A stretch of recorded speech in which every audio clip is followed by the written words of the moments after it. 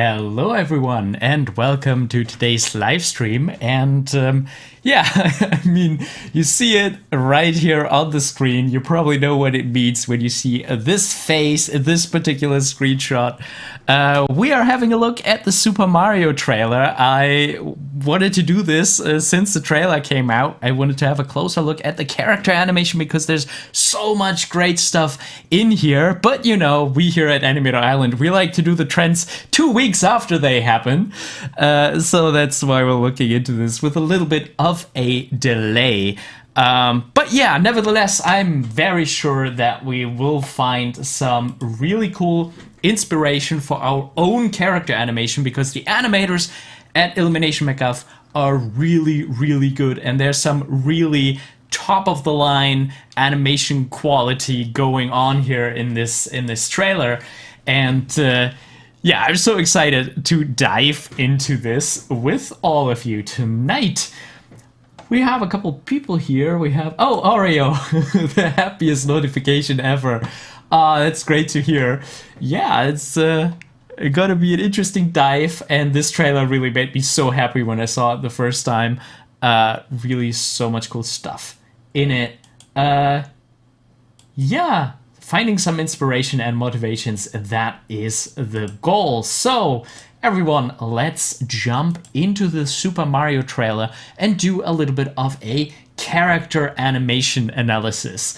And I really have to stress that this is about character animation. It's not about finding like Easter eggs in the trailer or speculating about what the movie's gonna be. There are wonderful videos out there that do this, and that do this with a great knowledge about Nintendo stuff, which is very entertaining to watch. Here, we are gonna focus really on the animation quality and what the animators are doing to make this trailer so amazing. Hello, Arriva. Nice to see you. So, yeah, let's start. Let's see. So first of all, the beginning. I love how this epicness is set up. And one thing like that I was thinking immediately, like, when I saw the lava balls, I was reminded of, you know, those little fireballs that Mario and Luigi shoot. And that in the games are very stylized, spiraling fire blobs.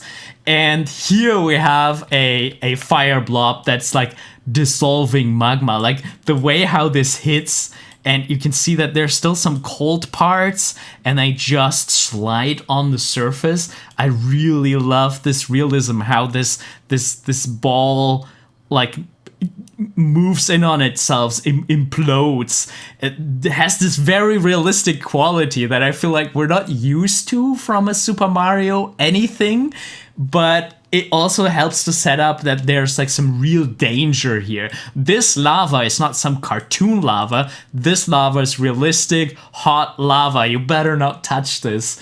I like that it starts out right like this. Hello, the Brumation Station. Welcome. And yeah, that you know, we have some realistic physics here to start off with, and also how these lava flows flow. But then we see, you know, a ship with Bowser's head. Like, that is the classic thing that Bowser does. And yeah, this could be the beginning of a game trailer, like, you know, Bowser moving in on a ridiculous ship. So I love how it mixes the, like, hey, we're doing something a little bit new here. We have real hot lava. This is a bit more realistic than your usual Super Mario content. But then, you know, of course, Bowser has a ship with his head on it. I really like that we're introduced to this in this way. And the detail is so amazing. Like, look at that smoke that comes creeping out of his the nostrils here. That's really cool. How it just creeps along there. Yeah,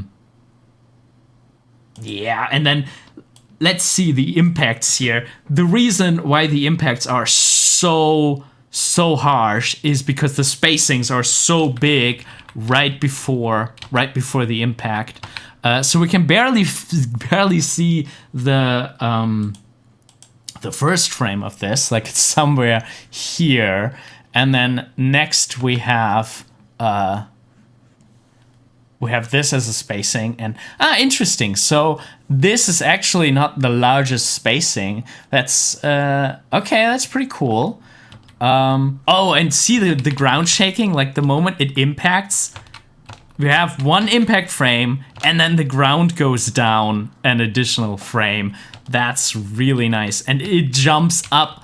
Like we have have an overshoot, and then it settles, and then the next one comes and is somewhere here, and then there, like just 2 frames, and bam, that thing is down here. And again, everything is like settling, the camera's bouncing up a little bit. That's some really nice impact. And again, look at this realism in the VFX. Look at how great those snow effects are. Like that's how I would assume realistic snow is behaving. So that's pretty cool. And this impact is interesting because only the camera move and the snow give away that it impacted in the ground. This POV from the ground and the chain shaking, that's pretty amazing. Hello Maria, nice that you're joining us. And just the way how the chain is pulled in, how you can see that like chains have this flipping point where they go from like scraping against the side. You see this chain element? Like here it's just scraping against the side, scrape, scrape, scrape, and then there's this moment where it flips over and then it's pulled in. Like that's a nice little mechanically correct animation. Really cool. Okay, so yeah, I really love the practical effects here and the visual effects right off the bat. But of course, our focus is gonna be a character animation, which I also have a lot more knowledge, I think, about. Man, those colors, this purple, like this orange versus the blue, and then we have Kamek's purple coming in. That is really nice.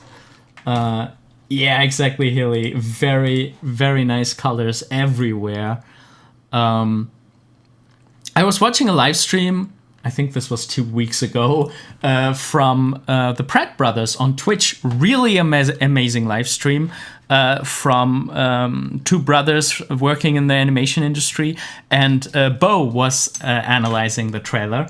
And he spent a lot of time on the Kamek's character animation because it has so many nice things. Like if you track her hand and her staff, we have a really nice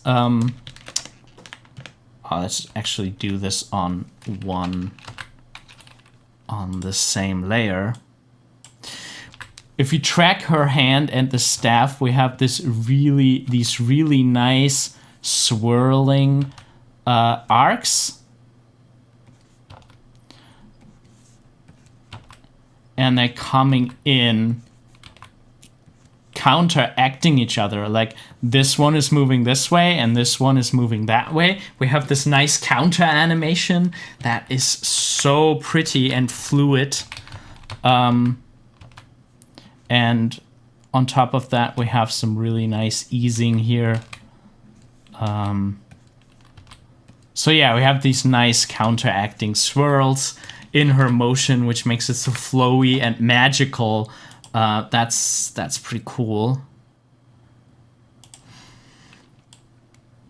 So I don't want to spend too much time on Kamek because Bo from Pratt Brothers did an amazing job in analyzing this. If you're interested, he points out so many amazing things that even things that I didn't notice. So that's really cool. I like this little shuffle walk that we have here. How she's shuffling back. That's pretty cool. It's like, I love that, like, she's doing like a powerful like wizard flare motion, but there's still this like kind of like older wizard creature, and it has like this shuffling back that's just so delightful. This is nice. Before they throw the staff to the ground, look how they do it. They throw this. They hold the staff relatively low, and then they bring it up. There's a little bit of a follow through drag. Like look at the hand in relationship to the top of it. Like the top stays here while the hand already goes up.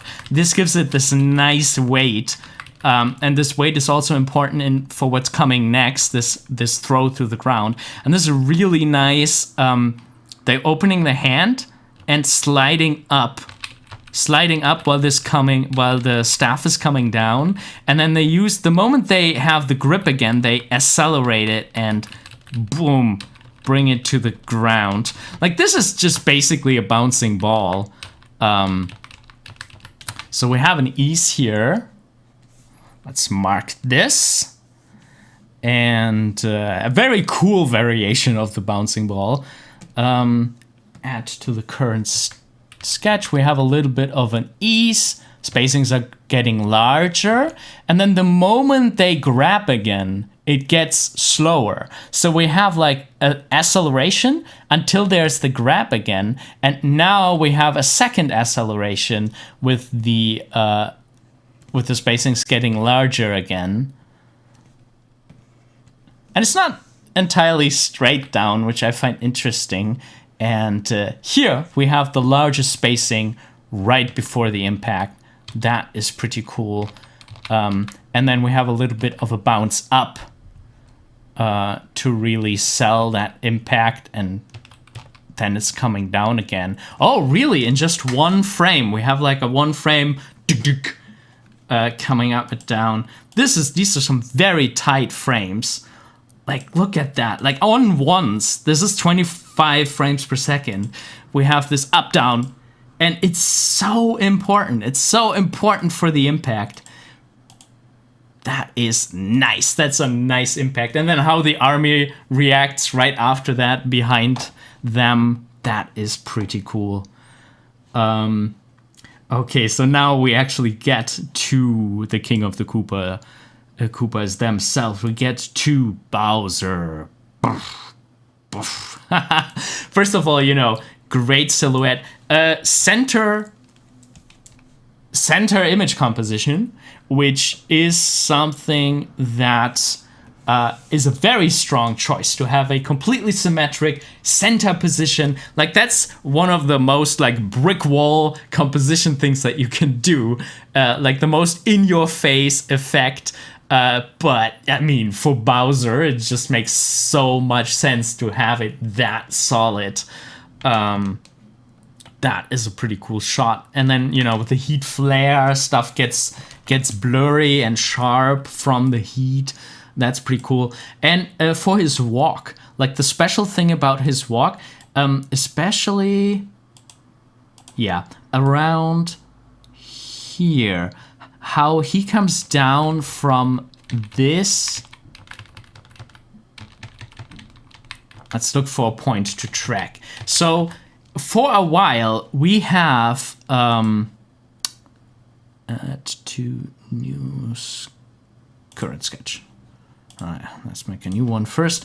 So let's track the corner of the horn here.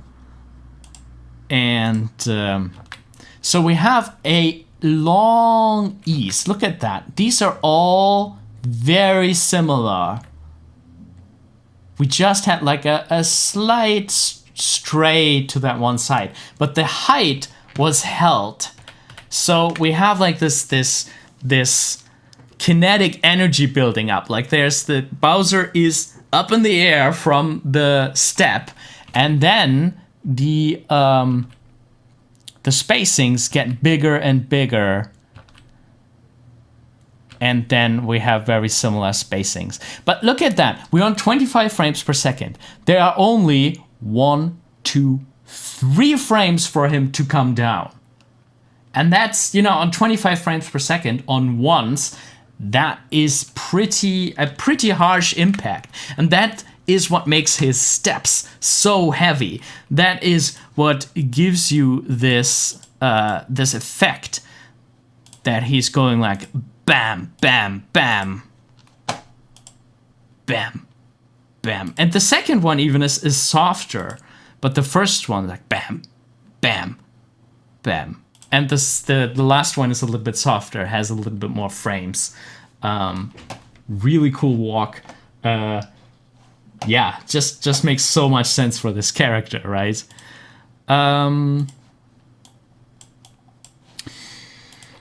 Okay. And that is also a nice one. We come from the... here we have a wonderful, beautiful impact. We see nothing. We see the feet up here, and then this huge spacing for him to slam into the ground. Interesting that the ground always shakes after. Like, we have the impact. Horizon is still steady. Let's see. Horizon we can see over there.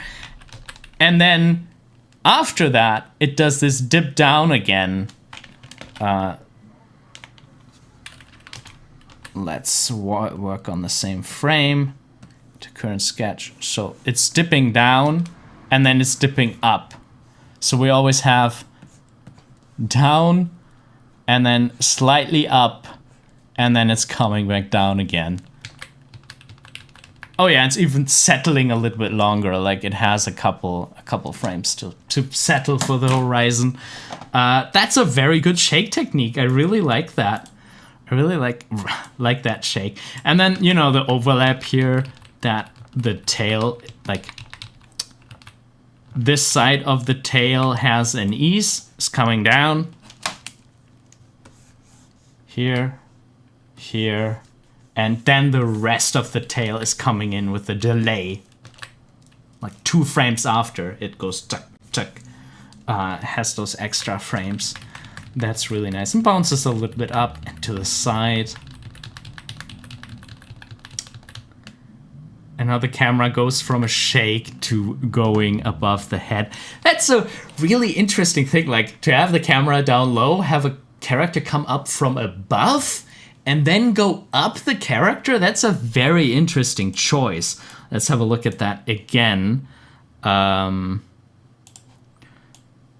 So Bowser's coming down, tail is coming down, tail is moving to the right, and then we move up. And again, like, everything's super symmetric. The contrast between the blue and the yellow. We have the triangles here everywhere.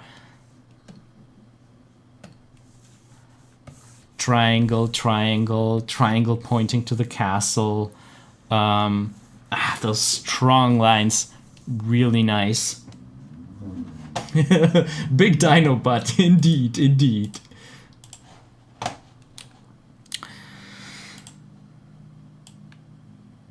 And then this one, that they give us this shot. Again, we have this like perfect, almost perfect symmetry. I like that there's like, you know, there's a little bit of asymmetry in it. The characters sometimes have different weapons and stuff like that. That makes it a bit more organic. But yeah, it seems very well organized, like a very, very strong army. Yeah, that is a big entrance, all right. I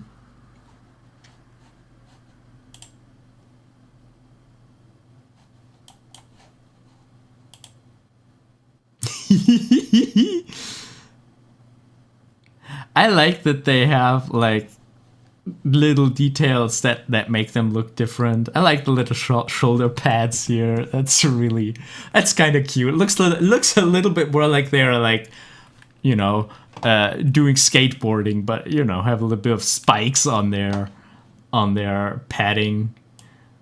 The one Koopa being so afraid of the boss man.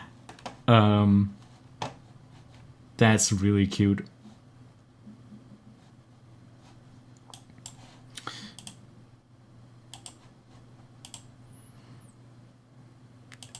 Open the gates is the first thing Bowser says. Look at the wind through his hair. Like, that's such a nice detail. Like, they didn't have to do this, but it's so...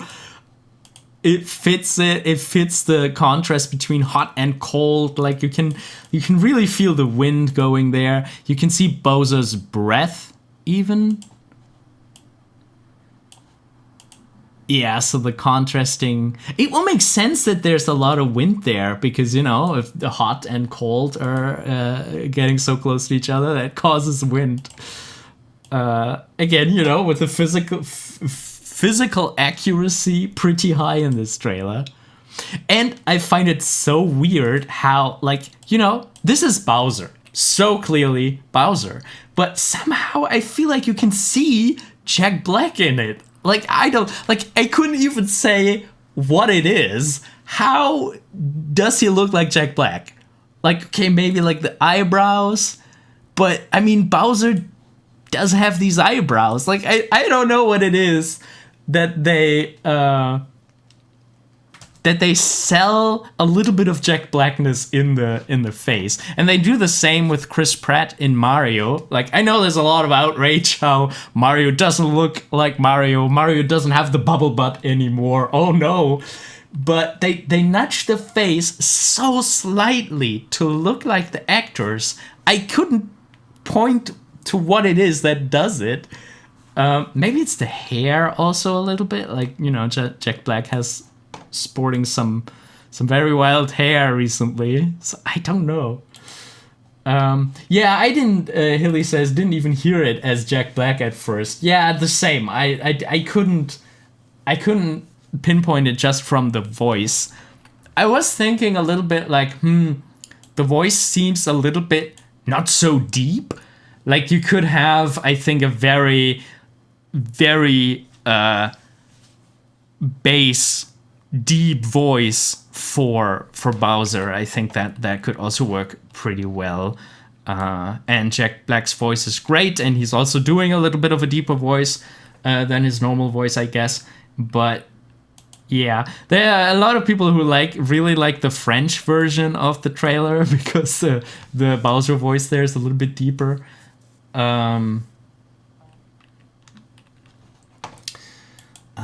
Hilly is speculating about what makes him look like Jack Black. Maybe it's the expression. They probably reference the video of the performance.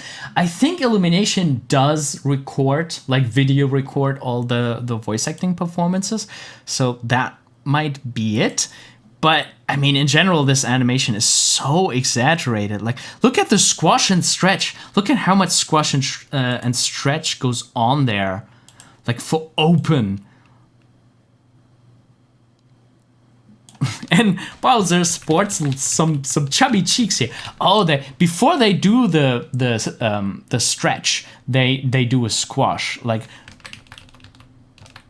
there's this little raise, and I feel like it's getting a little bit thinner here. The cheeks are getting a little bit... Okay, let's do this properly. Let's track this properly.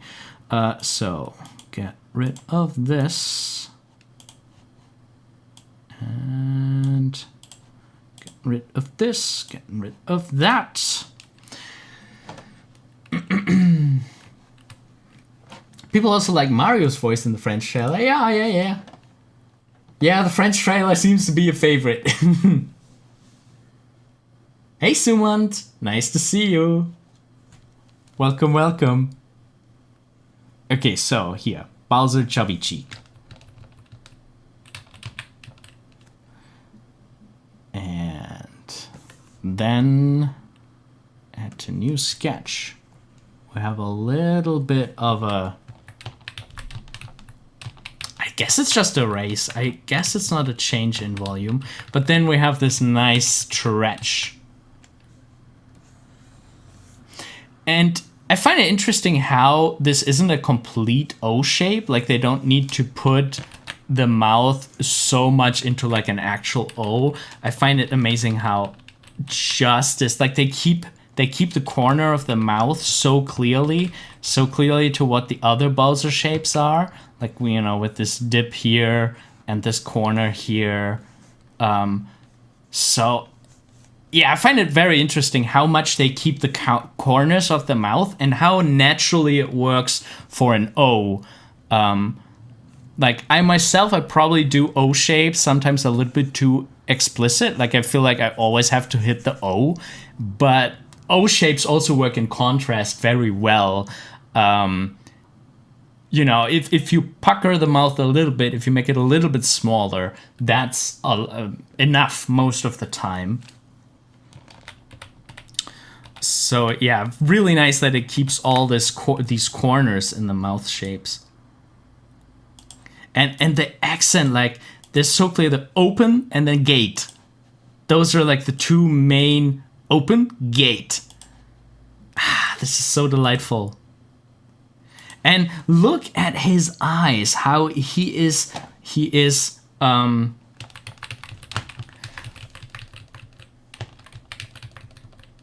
there's like a little bit of like an anticipation, like it's getting really narrow here.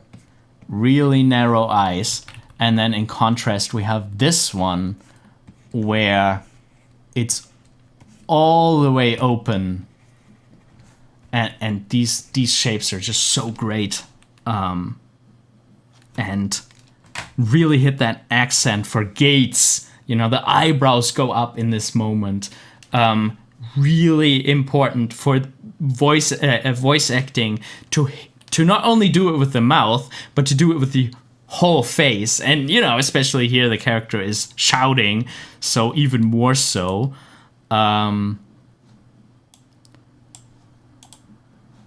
So let's switch on the ghosting.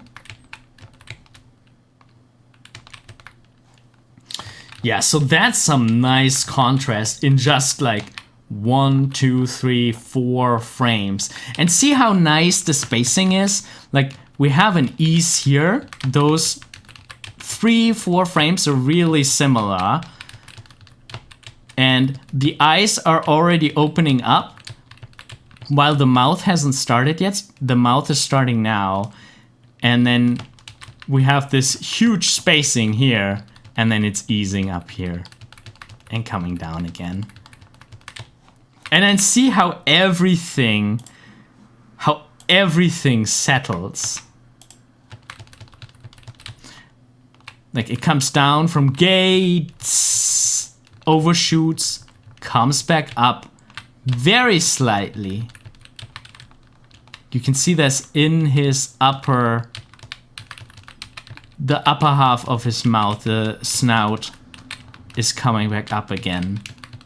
Really nice. Just this little bit of squash and stretch. These little subtle settles and expansions and squashes and squeezes. It's so delightful. So much attention to detail.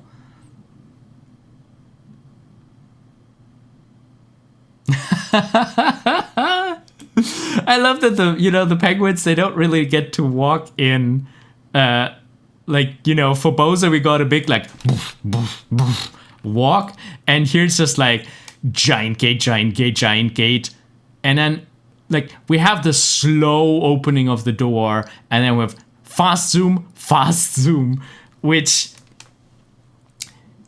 small things can move really fast.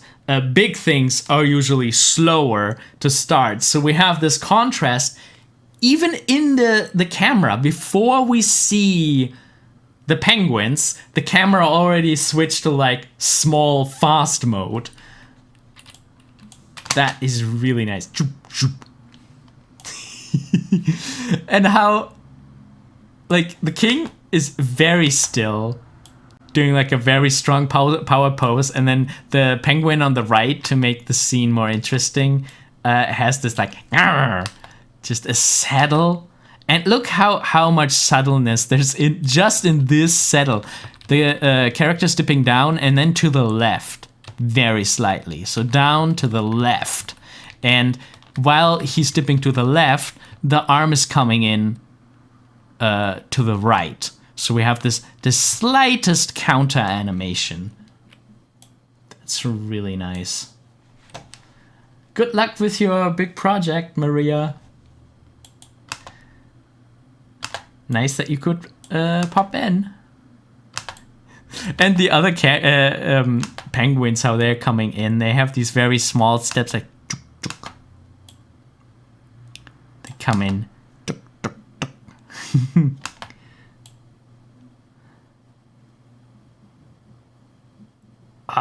This is so nice. This focus pull and turn of the foot.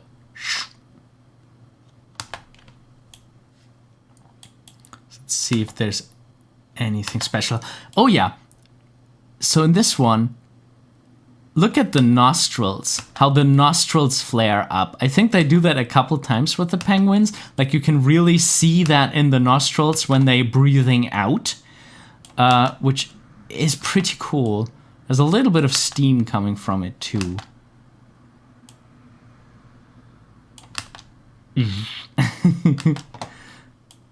And then the king is doing the classic, having the long ropes, and like the penguins are so snappy from the motions. Like look at how quickly he brings over that arm. There's 1 frame already mid-action, 2, 3, 4, 5, and this is already an overshoot. Coming back. This is so nice. Okay, it's coming in a big, look at that arc. Really nice. Arc going up, coming down, overshoot, coming back, and then all the cloth is coming down. Very cool. And that penguin, I really love this penguin. He's going full rage mode. And look at that stagger, that little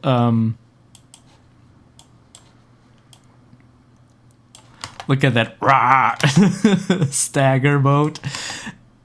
And then we cut to the side. This is such a nice choice to cut, like not to like a total, but to cut to a close-up of the king from the side.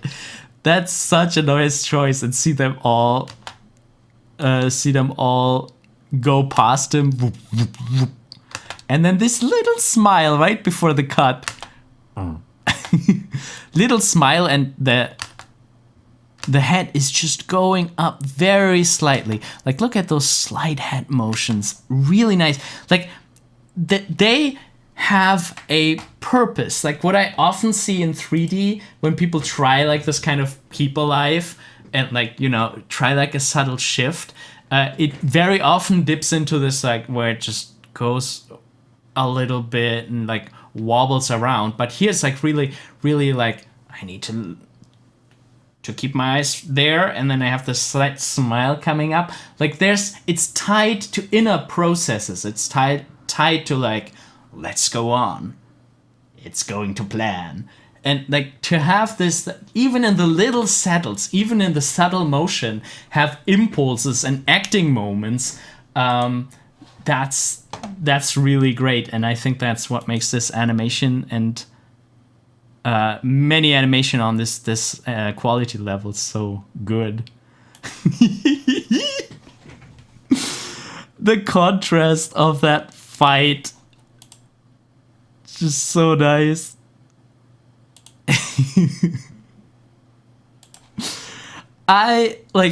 There's an article on Animator Island that one of my most favorite reactions is a non-reaction. When a character is not reacting, you can do so many fun things with that. And here we also have the slightest motion, but Bowser's not just like wobbling and settling. Bowser's actually like there's purpose behind his saddles. Like he's just like looking from one penguin to the next. You can really see that he looks from the he looks to his shoulder. That is so nice. He looks at the snow at his shoulder, and you know there's like really purpose. Looking forward. And then they hit one. They hit one. It right before the impact.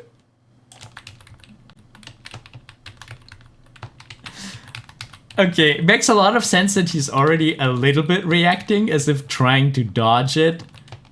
Like, and the other character in the background does a nice little sidestep. Look how it really pulls up his feet. That is, I think, what makes this motion so delightful. Is... Okay, we have a little bit of an ease here. Then... the spacings get large, like really large, taking the spacing from the snowball that came in, and then going up, because, you know, the body, it's still attached to the body. Like, this is the most spacing it can give it. And then it's coming... Oh no, I was wrong. Like, there's even more spacing that it can give. But, you know, the foot is not longer than that. So, yeah, it reached the maximum here. And then there's like a little bit of an ease, and then it's coming back over in the other direction. So nice. Okay, so huge spacings. Here, here, here, here. Little bit of an ease, and then it comes down in the other direction. Again, with some easing and a big impact. Oh, not actually that big. Just kind of rotating over.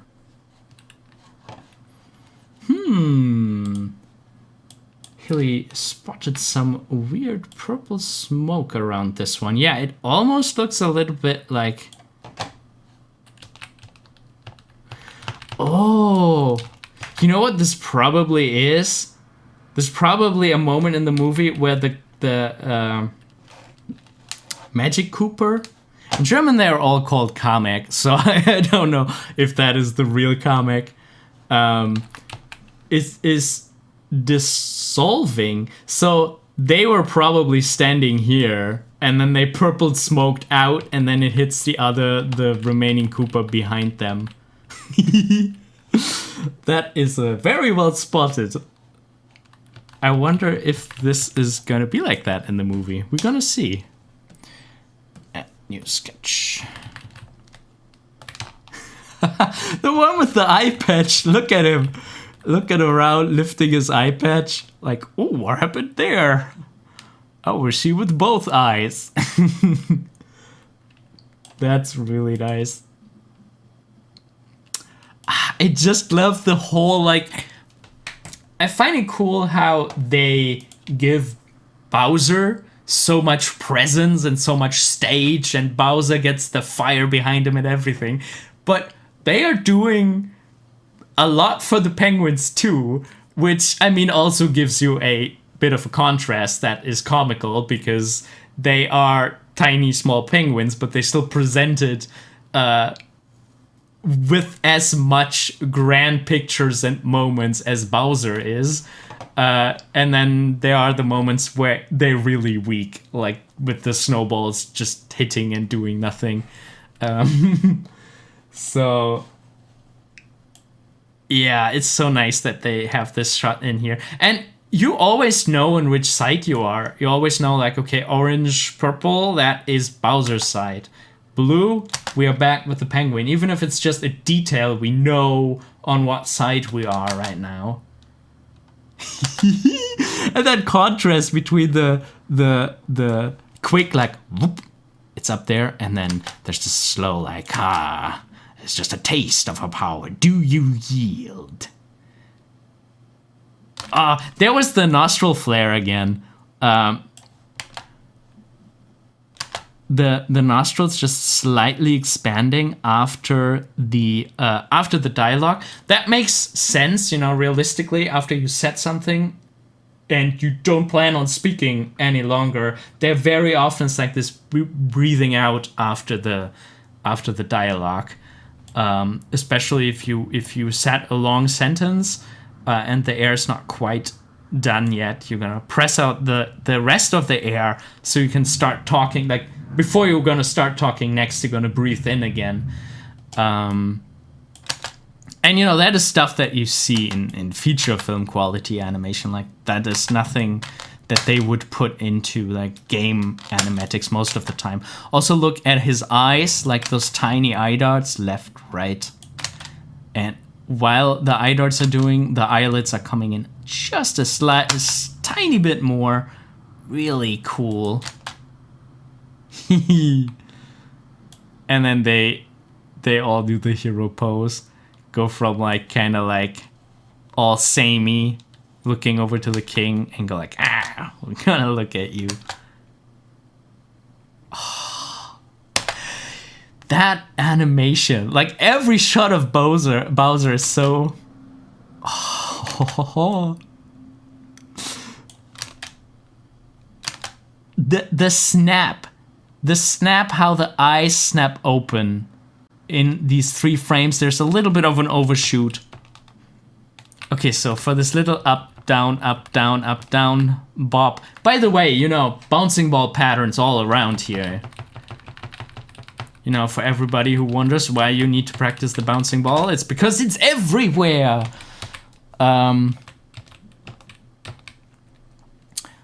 Okay, this might be dipping into a little bit of a stagger though. I'm gonna try to stay inside the nose to really see what's happening. Okay, there's an ease here. And then we're going back up. And up. And down. And down. Here's an ease again. Like almost the same spot. We're going up again. Up. And down. Okay, so when we're down, we have this double ease here. The pattern is we have 2 that are almost exactly the same. Then we have 1 going. Now, where's my chart? Then we have 1 going up, 1 being up, and then it goes down again.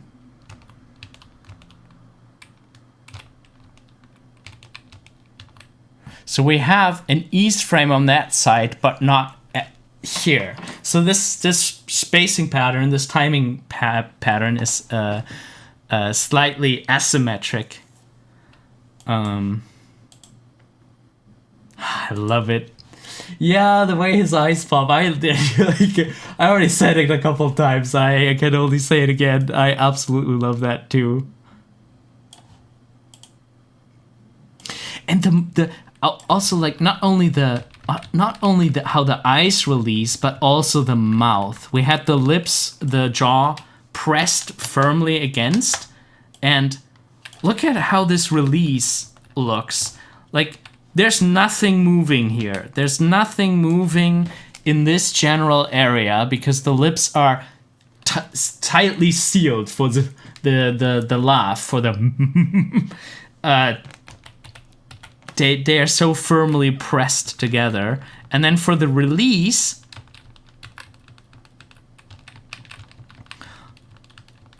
look at the upper lips. They do like a, they follow down, almost as if they were sticking together, and then they jump up. Look at this, there's like an overshoot, and then they're coming down again. That is so nice. You can see that if you watch it against the teeth. That is such a nice pop. And how he just keeps smiling all the way through. No, I do not. I love that little bridge looking over. That is one of like the, like, even in the, like, even if those shots don't belong together in the trailer, which they might not, but to have like this little redirection to another person before the cut, Like, here he's clearly looking at the Penguin King. Then he's looking at another person. And look how the eyes are doing it first. The eyes are looking to the Magic Koopa. And then head and eyebrow and everything follows. And the eyes lead. They jumped already in that direction. Then the rest of the head comes. There's a nice little slight head turn. Love that little detail, how the magic seems to be activated by holding the hand over the top of the staff, or over the gem there. And then look at that nice arc. Let's put that in.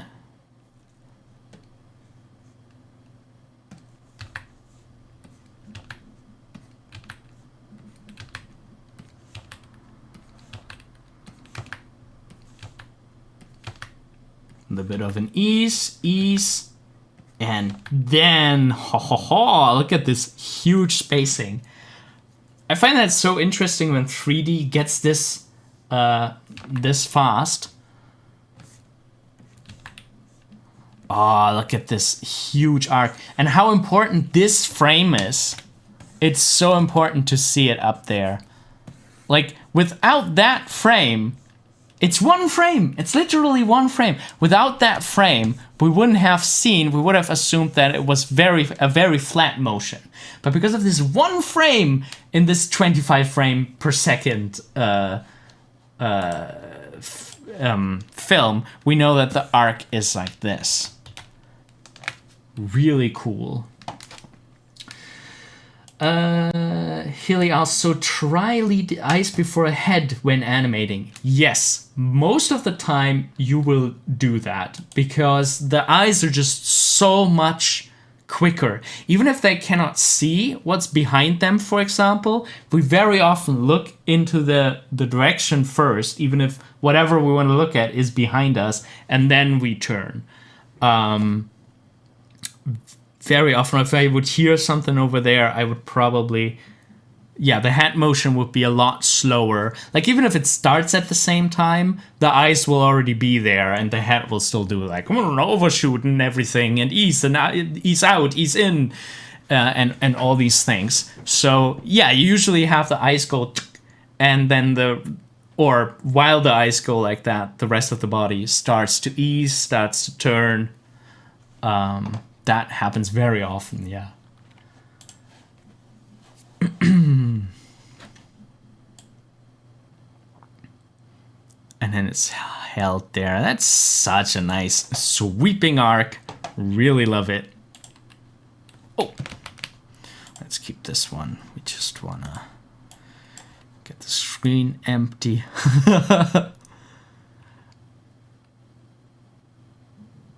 This is also interesting, how we have this one looking down to the ground first, having a little bit of a reaction before the magic hits.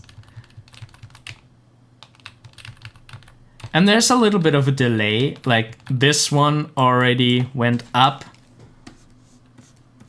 this much, this one is just starting, this one is already up in the air, King's already up in the air. That's very important. If you have a lot of the same happening on the screen, you want to offset it in all kinds of ways. You know, a king is already easing. The crown. Like, the moment the king starts easing, here, king is easing, crown is leaving his head. So that's pretty cool, and then coming down. A facial expression. I love the facial expressions on the penguin, and the little asymmetric mouth shape. Like, you know, just slightly, like this side is slightly wider, slightly lower.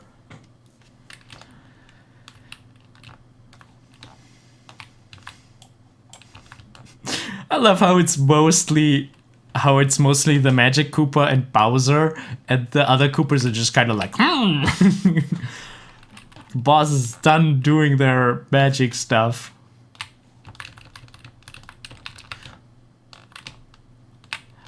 I love how Bowser kind of already is in an anticipation pose, and then the anticipation pose intensifies again. And look, we have a nice little counter motion. We have the head going to the left and the arm going up, and then it's released.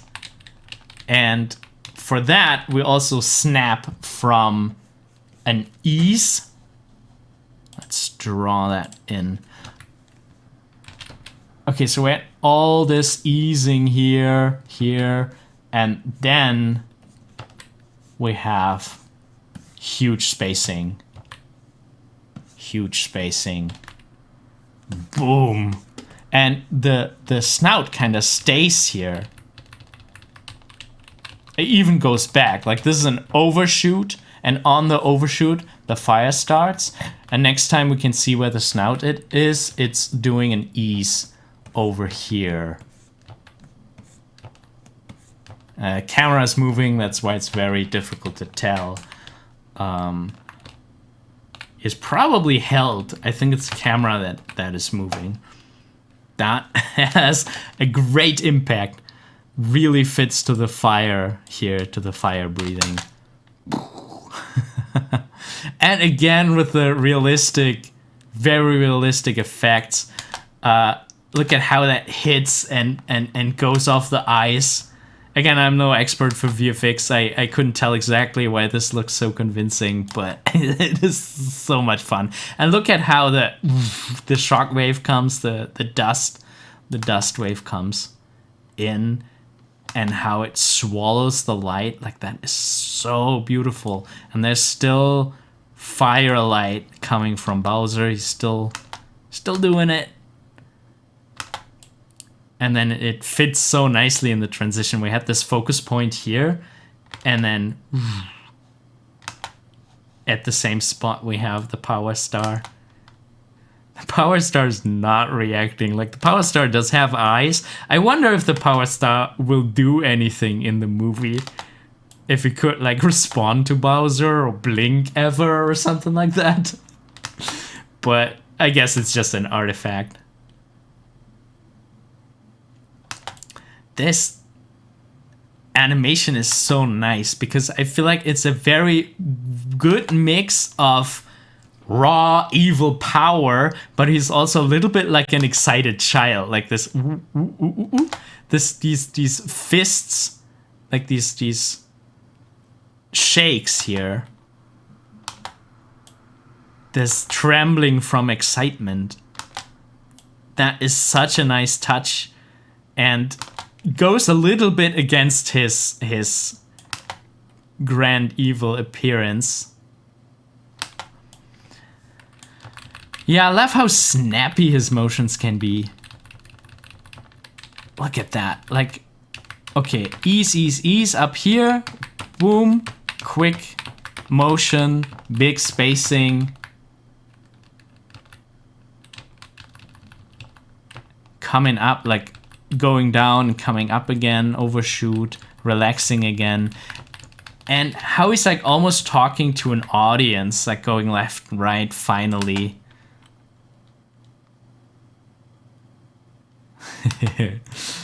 and some nice stagger, some nice trembling in the head.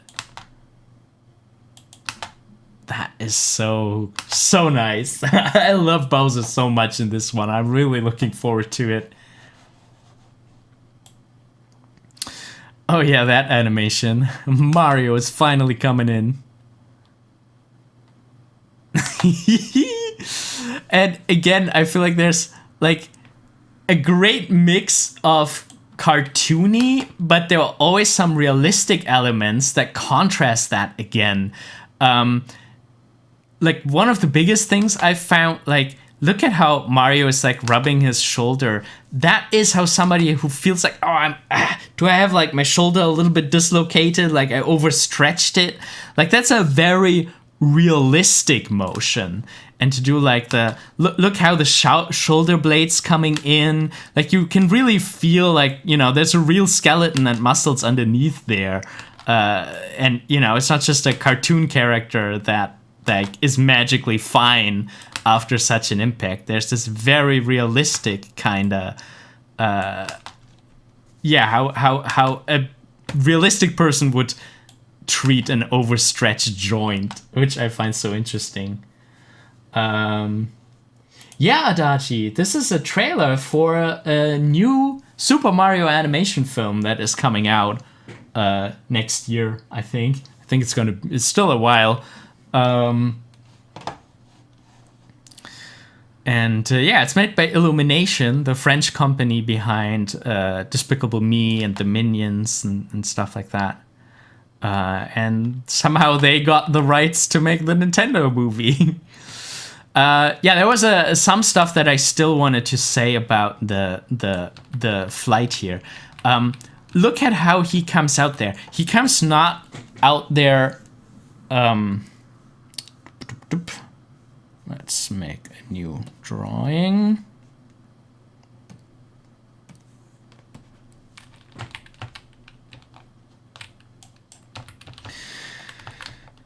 So I find it very interesting how Mario comes out there. He doesn't come out there like being shot out straight, like as if he knows what he's doing, like in the Superman pose. You know, it could have been coming out of it like this, but he comes like rotating, which shows that he doesn't seem to be so well versed in the pipe travel yet. I don't know how it's going to be in the movie. Maybe that's the first time he travels through a pipe. But this rotation that he comes out standing, running, and then he's rotating, that makes this look very, very clumsy. And then the impacts are so nicely done. So we have him impact face first, of course, face first. Then the arms are doing an overshoot. The arms are like smashing into it, and when he's bouncing back, the arms stay on the mushroom. They point back with this very ragdoll-like, bounce back. Look at this. Like his head is here, his arms is there, the legs are there. That's pretty cool. And then we go from like full body into the wall to bouncing back with all limbs pointing where they came from. This is really like, you know, as if a ragdoll just hit a wall and gets bounced back. Poor Mario. Then he tries to gain back some control. You can see from the just everything is stretched back, he starts to move his arms again. And at the peak of the motion, he manages to do a little bit of flaying with the arm. And then they pull his silhouette together again. So the silhouette is kind of fanning out here, which gives again more of a flaying, trying to gain control back kind of thing. And then they pull his silhouette together again, and we have like this one blur coming down. Really cool. And here we have again face first, all the limbs pointing back, full ragdoll again. Then he's rotating over with the limbs being just dragged behind, and then we have them coming to the surface of the mushroom. The face is still squashing, and I like how the mushroom is pushing him up again. So in this moment where his face is squashed the most, the mushroom is also squashed the most, and it presses back, it bounces back up. And that's not a small spacing to bounce back for. And that really now pulls the limbs over the mushroom, and he's really following along that surface. And we have some ease settled there. There's a little bit of an overshoot in the shoe. If you look at the shoe, it's following along with the surface of the mushroom, and then it's overshooting. It's going up, easing up here, and then coming back down in just a couple of frames. So we have this pattern, we have a little bit of an ease, and then it's coming down. There's a breakdown, there's a frame in the middle. But relatively quickly, like for 3D animation, this is very, very snappy. We're still on 25 frames per second on once. That's some nice and snappy animation. And then in contrast, we had so much snappy animation, and then in contrast, look how slow the slide is. Let's track his butt just easing out and coming over, again following the surface of the mushroom, just gliding off. And now the spacings get quicker. Now they get quicker. A new YouTube subscriber. Hello, Powell. Welcome. And yeah, that's pretty cool. See the increasing spacings, how it just gets pulled along the surface of the mushroom. And then there's this point here where the foot is coming off the mushroom and is turning into the spiral around. And he lands on the side. I find this very interesting. Like, there's an extra step to him falling down, where, you know, the easier animation would have been to have him turn all the way around when he falls off the mushroom. You know, maybe have the arm being animated a little bit, like rotating over. But they don't do that. They add a little bit of detail here. They really add how he's landing on the side. Like, this is, after a while, it's no longer rotating. It's just going straight down. And he lands on the side. Again, all the same impact stuff. We have the head hitting the ground rather harshly. And then he's rolling over. And I think that extra beat that makes this animation a little bit more comical and painful at the same time. Because it's such a nice, like, two-step. Actually, like, it's three steps. It's like bouncing into the mushroom, slowly sliding off, landing on the side, and then rolling over. Like, it could have, you could have saved some animation work animating this differently, but this is such a nice comical way of doing it. And then the subtle overshoot, look at his shoe there, going back and forth. That is just delightful. Same with the hand, having a little bit of a different rhythm. Very quick rhythm. It's hitting the ground. Wrist is bouncing up. Fingers are following. Wrist is going down. Fingers are following. And it's rotating slightly towards us. That's a really nice style. Like, in 3D animation, it's relatively easy to put something like that in. In 2D animation, this is something you really need to consciously do. To have the thumb rotate over like this.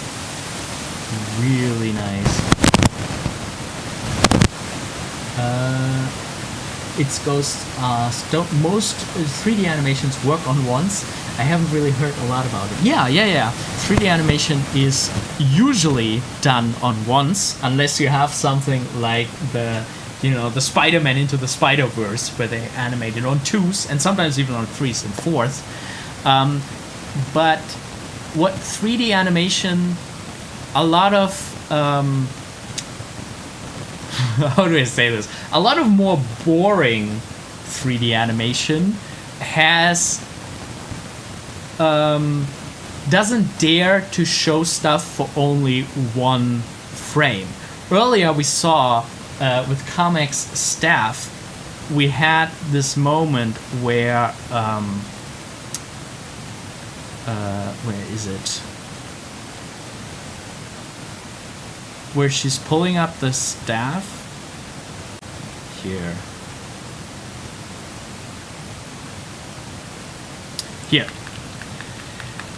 And this very important breakdown is only on the screen for one frame only. And this is an animator using that one frame to the fullest. And a lot of the time, 3D animation is a little bit slower. Like, I don't know, I'm generalizing, but from my observation, I saw that oftentimes 3D animation is a bit more conservative when it comes to like putting stuff in one frame only. Like if you would make this animation a little bit slower, you would have another frame here and one here and one here. And to make the decision, and this animator was probably going in frame by frame. Like, I think every single one of these frames is probably not necessarily keyed. I think like the keyed frame is probably this one, but controlled by the animator. Like this animator really looked at all 4 or 5 frames of this arc and made them exactly how they wanted them to be. And if you don't want to control it like this, you can be a little bit lazy. You can make the motion slower, and then you kind of have those three frames could produce the arc. But to go in and control the animation so much and say like, okay, I want to have the peak of the arc only for one frame, that's a thing that takes some very deliberate experimentation and very deliberate refinement to work perfectly like this. Because a swoop like this on once is really, really fast. And to have the nerve to craft these perfect breakdowns for it, like that's a sign of a really good animator. Especially, strong breakdowns, I always like. It's always a hallmark of a really good animator. Sounds like there's a little interference in your audio. Oh no. Just now? That's odd. Audio levels seem to be normal still. Or am I just too loud? Let me see if I can change anything here. But from the looks of it, everything looks to be in order. Maybe a bit too much noise.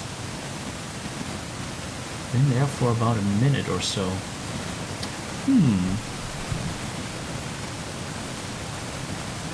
So sorry.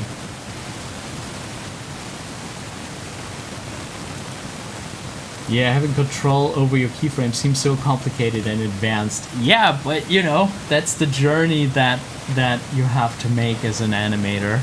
And to not necessarily keyframes, but even like every single frames of it.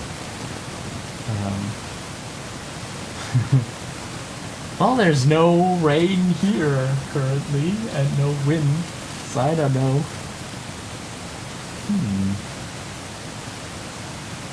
We're almost through with this animation anyway. I mean, this is the Mario part. This is the one that everybody's talking about. I'm gonna see if I can figure out what's going on with the mic. So yeah, we're having a quick break. Probably not gonna have music during the break because I'm gonna figure out some mic stuff. Gonna see if I can listen to it and see what's going on. Sorry for the inconvenience. Okay, so we're going to a quick break, and I'm gonna figure out what's going on with the mic. See you in a little bit.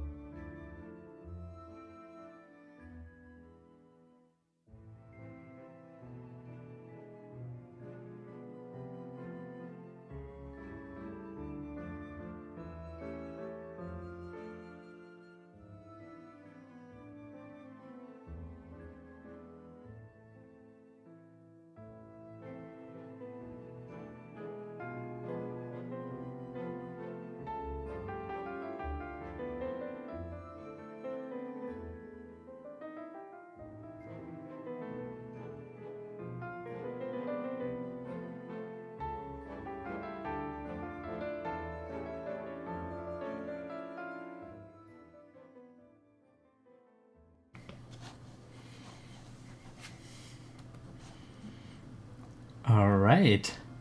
So I'm wondering if the sound is now better. Yeah, so I keep learning about microphone and sound technology. Apparently, microphones can get staticky. Like if you have a sweater that gets charged electricity, apparently that can happen to microphones, and then that's how they sound like. I hope that I took care of this, because usually I have like a wire so you can get the electricity out of there. But yeah. Didn't know that this could happen to microphones. Okay, but unplugging and plugging it back in seems to have taken care of it. Ah, static is gone now. That's great. Yeah, sorry for the inconvenience. Then here we have it again with the eyes leading the motion. Eyes are looking to the left, and then the head is following, and the eyes are adjusting, having like little eye darts. And look at how this reaction is building, how there are so many steps to it. Looking to the left, starting to move, adjusting the eyes, blinking, and then really going into like, wow. That's pretty cool. For the walk, really, like, that's my favorite kind of steps. If it's not just like a walk cycle, because come on, let's be honest, walk cycles are boring. You can look them up in a book and just do them. But this is so nice how it's like a step, like it goes from the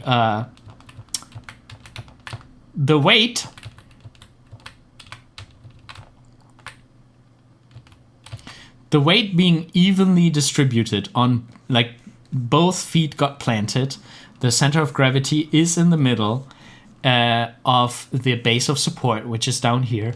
Then the center of gravity is shifting over to the left. So he's shifting his weight over onto this other leg. And now when the center of gravity is on top of the other leg, he can begin to lift up the right one, pull it over, place it, and now the center of gravity is again on top of the base of support of both legs. And now he is having the weight like slightly, very slightly over that right leg, and can now lift up the left leg, and the center of gravity comes over again, so it's in the middle. Very simple body mechanic kind of thing. Very logical, very, like, these are just things that you have to do. Shift over the other leg, lift up that leg that can now be lifted up, shift the center of gravity over again. But it's so nice. Very cool shot. I love how it's so busy. But there's like this little patch of light for him, and everything is like spiraling in on him. Like you have this kind of ending on him. We have the pipe and Mario clearly popping out. Like Mario, because he's a red bluish dot in front of this yellow greenish spot of light. And here we have the orange wall, and then there's this green pipe there. So despite the area being so busy, so much detail everywhere, we can still spot those two landmarks as well. And the mushrooms are kind of red, like just like a lot of mushrooms.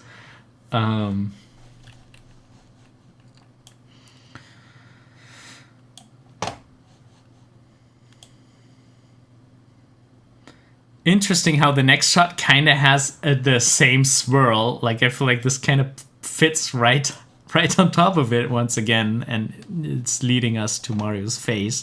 Of course, eyes are always taking the view too. These steps back, Step back and sideways. I feel like stepping back and stepping sideways is so connected to like being in awe and like examining something and looking around, because usually we go forward, but only in these like special cases we go sideways for like a couple steps. Look at these eye darts, like dart, dart, tuck, tuck, tuck. So many little points in there, and you can see the moment where he gets interested in the blue mushroom by the shift of his eyebrows. That's so nice to have like a shift in intent. Like before that, it was all like wide open, eyebrows up, left, right, here and there, and then what is this one? And then the moment that intensifies, his eyes narrow, and and you have him go in like that.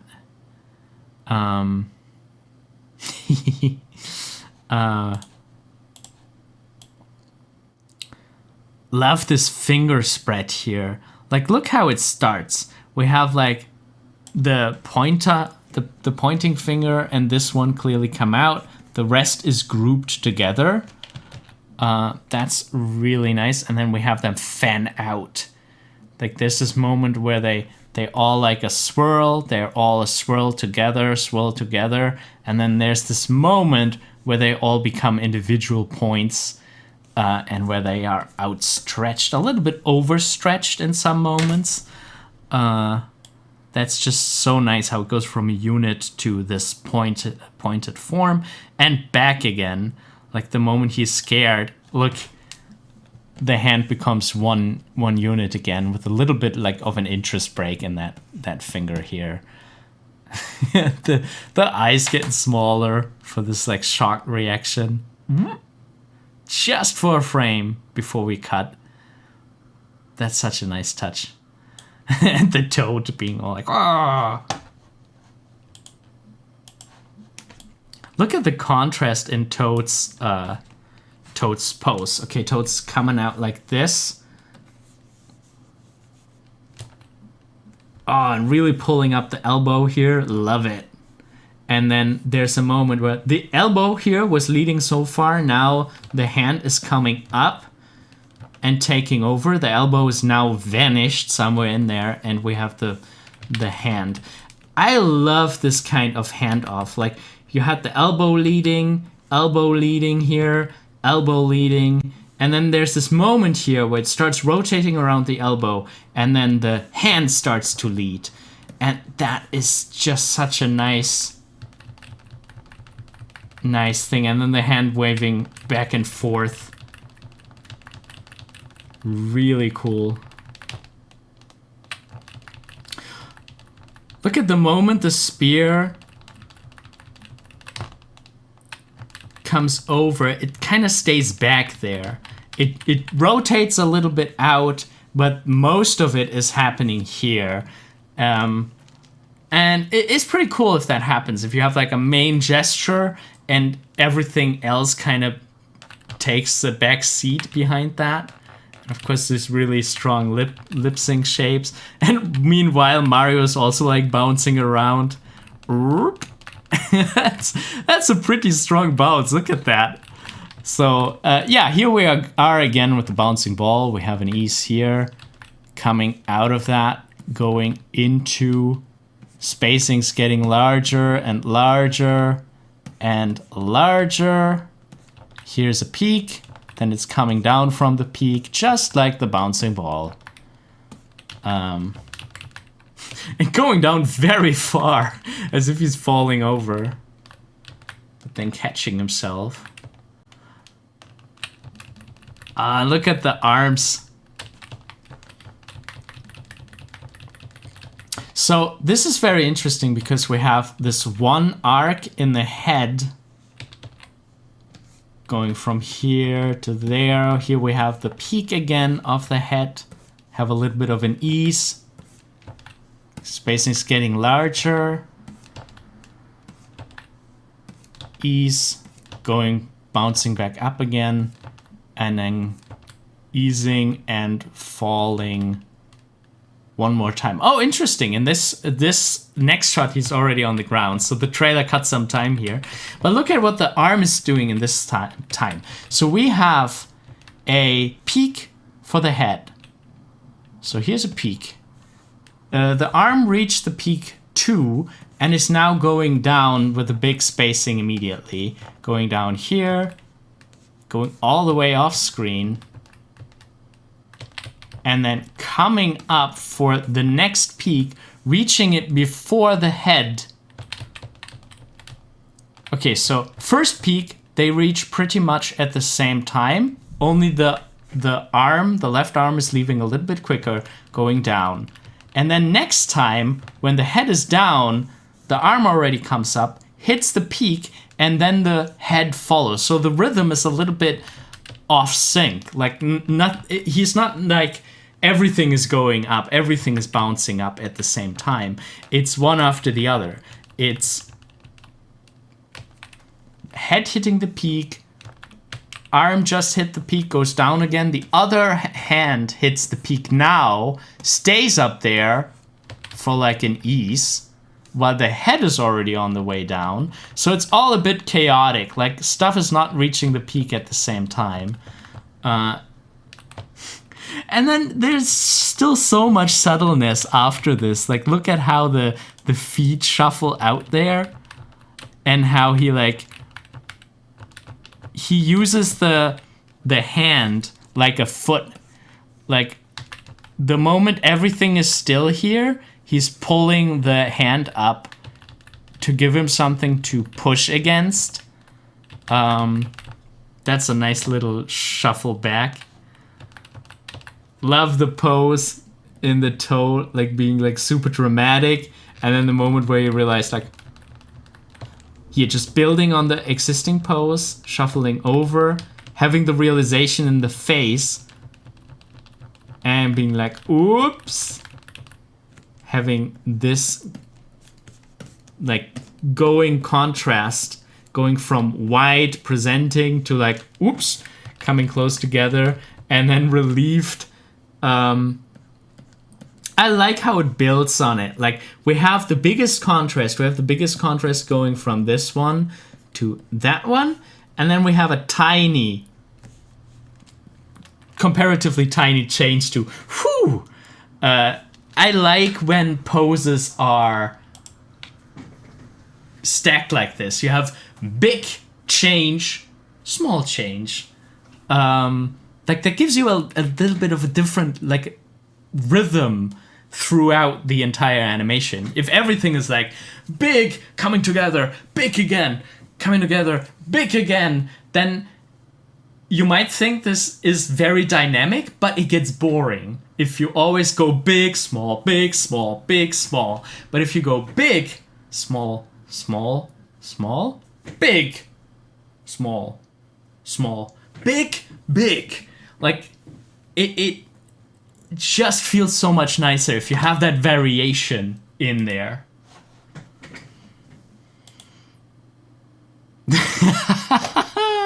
And that's such a delightful animation too. Like, coming from the hand at the chest to touch it and then just gently whoop, swipe over it, and those two pats. Like, that's such a nice rhythm. Like, touch, swipe, pat, pat.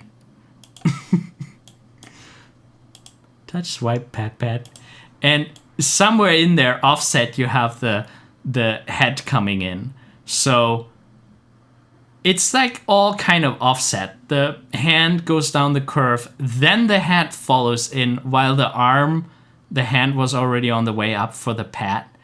And it just fits in there so nicely. The toad is so cute. And then this nice stumbling walk and jump.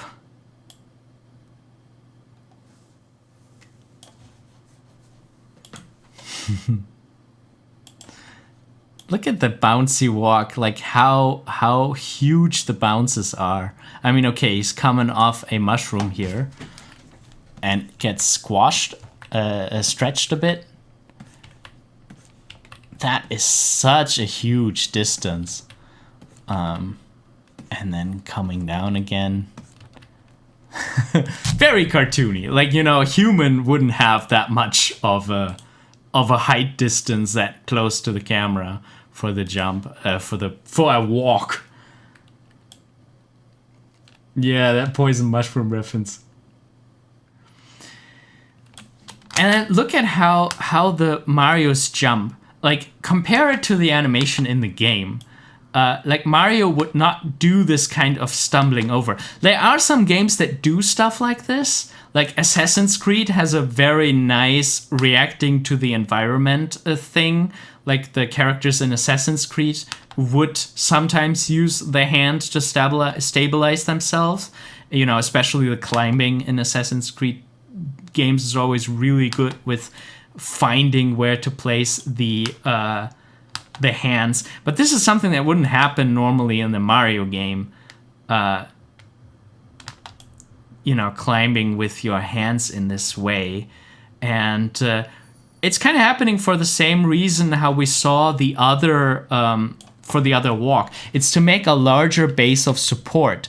The moment where he has the hand there, he's stabilizing the body, and, you know, his center of gravity is still on top of a base of support, so he can pull out the leg, the other one, and move it freely. Some cinematic platformers are like that. Yeah, it's always very interesting. Like, in games, I find it so fascinating because it's not actual character animation. It's like programmatic animation. It's a program, an algorithm, programming code deciding where to place the hand, how to shift over with the body, with the center of gravity. It's a whole lot of math, but it's fascinating how it can look so natural and so realistic. But it's just math at that point. So yeah, I find that very fascinating, but I'm no way near an expert there. So he pushed over the hand. Yeah, presets, you think? I guess it depends on the platformer. Like, sometimes if they make sure that they're flat surfaces, I think you can work with presets or maybe modified presets. But if you have like a lot of, like I saw it in Assassin's Creed, they could in real time pull the hand over and the center of gravity would adjust to it. Like, yeah, there's some post making that it's based on, but I feel like it's like leaving the territory of pure animation. Like, you need to be a really good technical director. You need to know what you're doing in the game engine with programming code to animate something like that. I feel like the biggest thing that I have done in programmatic animation is adjust the height of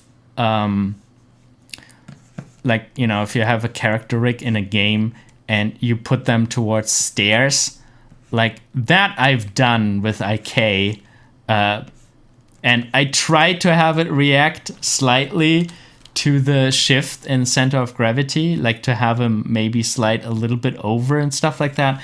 But it got so complex, I didn't do that in the end. Or like actually in the other direction, you need to shift it in the other direction. So he's placing the hand there, and then he's placing the other hand here. And the moment where he does that,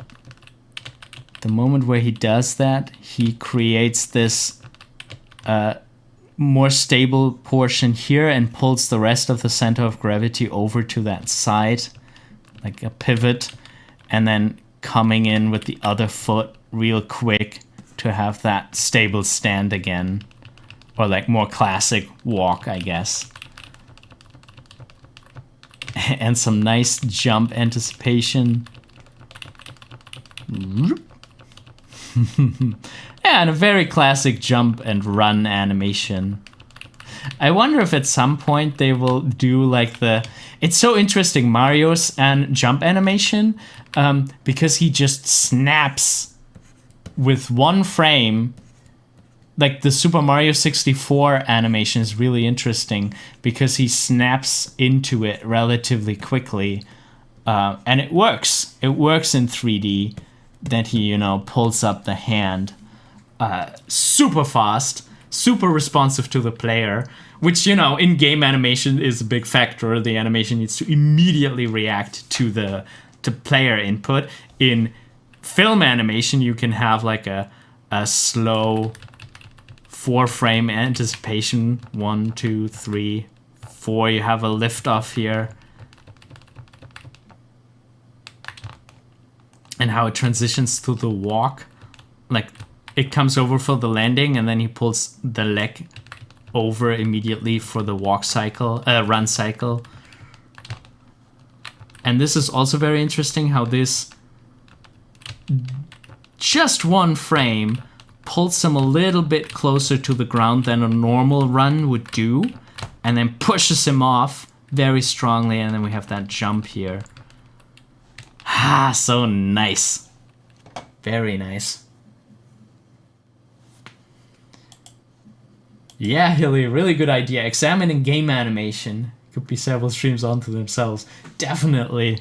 I'm super fascinated by the animation in a lot of games. Yeah, we can definitely do that, having a look at game animations. But, you know, when it comes to some technique and like blending of animations and blending it with scripts and programmatic animation, I would probably have to guess for how it's done. Oh yeah, Cuphead. Like for Cuphead, I wouldn't have to guess how it's done because it's like some real tedious frame by frame animation where Cuphead is so great. It's such a tough game. Fortunately, I had a friend playing it with me, otherwise I would have not made it through it. So brutal, so difficult. But yeah, gorgeous animation. And it's also interesting, you know, how it looks like the style is like one of these older Rubber Hose cartoons, but how it's very calculating about the Rubber Hose stuff in Cuphead. Like you have some stuff that is just wobbling and floating around. Like sometimes back then they didn't exactly know how physics work. They haven't understood everything yet. But then in Cuphead, sometimes they have some very snappy and accurate, like more physically accurate animation than it would have been in that time era. So I think it's a nice blend of this, how the animation was there back then, how loose and flowy, but then for moments they're gonna show the animators in Cuphead that they know the rules that we know nowadays, that they use this physics and body mechanics stuff that we have nowadays, even if it's just for a couple of frames, to give it some more physical believability, and then going back to cartoony and flowy again. There, we're already in the middle of analyzing Cuphead. So, yeah, definitely, yeah, we should definitely do that too at some point. Yeah, for now, I'm super happy with this look into the Mario Brothers trailer. There's a little extra scene here, I think, at the end with Luigi running from a horde of skeleton Coopers. I don't think we can, like, it's very fast. I don't think we can analyze that much. It's, again, so super tight. Like, every frame in here is so well calculated. We have this nice arc here of the legs, of the arms sweeping over, sweep, stumbling. Like, this is so nice how the shoulders drop down. Like, everything drops down while the arms are rotating. That's very nice. And the skeleton grabbing for his shoulder and then slipping. How he just slips right under it. Really nice. Oh, and that stumbling. Look at the middle of the skeleton Koopa's jump. Like, there's this nice peak here where it's held for 1, 2, 3, and then it falls down. This is a pretty amazing walk cycle on Luigi. Like, it's not just, you know, he isn't doing the walk. He's like turning the shoulders, turning the head, doing the slip run where he shortly goes very low to the ground with the upper body, twisted halfway back. There's a jump there in the middle. That's a very crazy walk, very difficult to animate. Love how the moment he gets closer to the door, look how both arms go up. That's really nice. And then he's turning and rotating into it. So it was cut in this rotation and then pushing back and pushing again. There's this nice two-step again. I love it when motions have one more extra step than you would think they do. So step 1 is the rotation, peak of the rotation here, then going inwards, pushing, pushing, pushing. Shoulders already here, shoulder got here, head is still coming up, then they are pushing out again, Luigi's pushing back. So that's the extra step that I mean. It's not just push and then he pushes the monster away, but there's like one more beat where the monsters push against the door. Turn, shoulder against it, push, push, push. Monsters push back, he pushes back in. So simple, so nice, makes it so much more realistic, that decision. Yeah, pretty amazing animation. Really good work from the people at Illumination Entertainment. And it's really interesting to see like these classic characters, but with the attention to detail that we would see in a Pixar movie. And I'm always baffled how Illumination does it for like a fraction of the cost of a Pixar movie. How they do all these little things with the balancing and the steps and the breathing animation, and you know, everything has a slight overshoot. Like when Bowser was opening the mouth, it feels so organic, so nice. So bouncy, and it has these subtle animations everywhere, but the subtle animations still have purpose. It's just so delightful. Yeah, and I don't really want to dive into like all this skepticism about the trailer. I think the character designs, they work.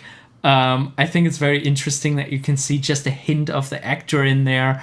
But yeah, the animation makes me really curious about the film, and storyboard, the choices for the shots, where the camera is, where everything is, how the light is, how the colors are. Like, there's so much attention to detail everywhere. You can really feel that the people had a lot of joy while working on this. Like, you know, only happy people can pay so much attention to details in every single aspect. In the details and the little subtleness of the animation and the colors and everything. I can only repeat myself. So I'm really looking forward to the next trailer. Really looking forward to the actual film, and yeah, really amazing stuff. And yeah, thank you all for joining me on this little analysis. If you like the way how I talk about animation, you might want to consider joining our group mentoring. On animatorisland.com/group mentoring, you can join our monthly group mentoring tier on Patreon.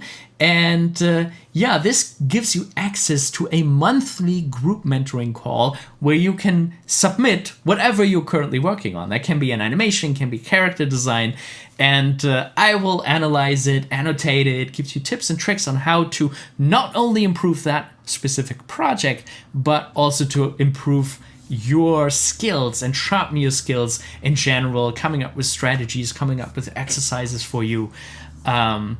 So yeah, that's the group mentoring. You're not only supporting Animator Island by joining the group mentoring tier, but you get access to this valuable monthly group mentoring session that helps you accountable in getting your stuff done. yeah, so that's it for today, I think. Let's see what else we have in the chat. Hilly says, the skepticism is pretty much the actor and maybe Mario's design. No one's complained about the animation as far as I know. Yeah, animation is top notch.